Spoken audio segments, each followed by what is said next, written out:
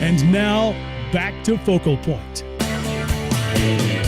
Hi, and welcome back to Focal Point on AFR Talk. Bryan Fischer, your host, congenial, convivial, and amiable as always.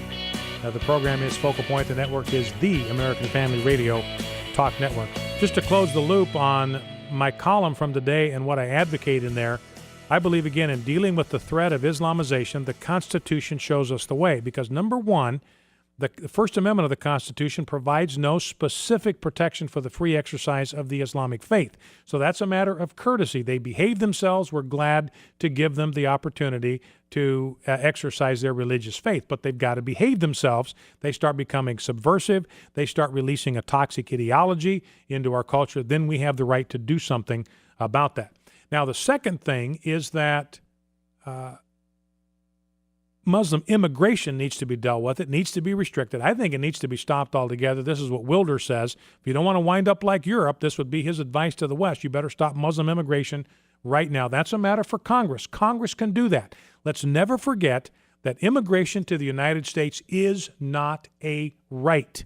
It is a privilege. Congress has complete constitutional authority to establish whatever rules it wants to with regard to immigration. So Congress can say no more Muslim immigrants to the United States. They have the constitutional authority to do that. So that's one part of the solution. Congress exercising its constitutional authority to control immigration by restricting immigration from Muslim countries. Then, let's remember that the First Amendment only binds Congress. Congress is the only one that is bound by the First Amendment. States have considerable latitude with regard to the strictures they could place on religious liberty.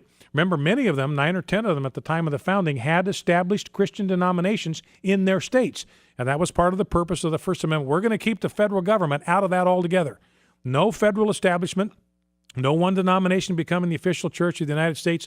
States, you have the latitude to do whatever you want. You want to have an established church in your state, you can have one. You want to have a statement of faith that your legislators have to subscribe to before they take the oath of office, you can do that. A lot of the states had that. Even Pennsylvania, you had to declare on oath that you believed the Old and New Testaments to be the inspired Word of God before you took your seat as a lawmaker. And a lot of the other states had the same kind of restrictions. In some states, they even restricted public service to Protestants. And the point was, that's okay. States can do that. Now, the states got away from that. That's no longer true in any state. But if they wanted to go back to that, they could. Constitutionally, they would be permitted to do it.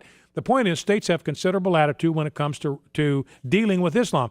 A state could pass a law prohibiting the building of any more mosques in their state. They could do that, would not be in violation of the federal Constitution. And then state and local governments have the authority to refuse permits to the building of mosques. They can do that. So those are the things that we need to do to stop the spread of Islamization in America. Let's go to Joel in Westerville, Ohio. Joel, you're on Focal Point with Bryan Fischer. What's on your mind? Hey, Bryan. I was listening to you earlier talking about Bill Maher, and yes. I think that I'll tell you he is like one of the biggest hate mongers. I Boy, mean, he is. As much of the stuff, as much as you're ridiculed and like Crane Durham and Sean Hannity, Glenn Beck, Rush, as much as they're called hate mongers and bigots, I think Bill Maher has got to be for the worst things that you or any of the righties have said, he has said stuff like 10 times worse. Mm-hmm. And also, I didn't get to call in yesterday. I kept getting a busy signal. But with the Gingrich, when you're talking with Gingrich, I don't feel you were too hard on him. I think that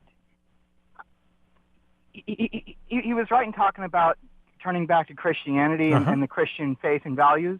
But I think he was just a little too vague and not specific enough. Mm-hmm. And finally, just before the break, you were talking about that guy who called you a hate monger. Yes, He never by any chance called you a knee-jerk racist like Keith Olbermann, right? No. Keith Olbermann's the only one that's called me a knee-jerk racist to my knowledge. Okay, and you know what's really Although funny Stephen Colbert, don't forget that Stephen Colbert called me a fat Steve Martin. Oh, wow.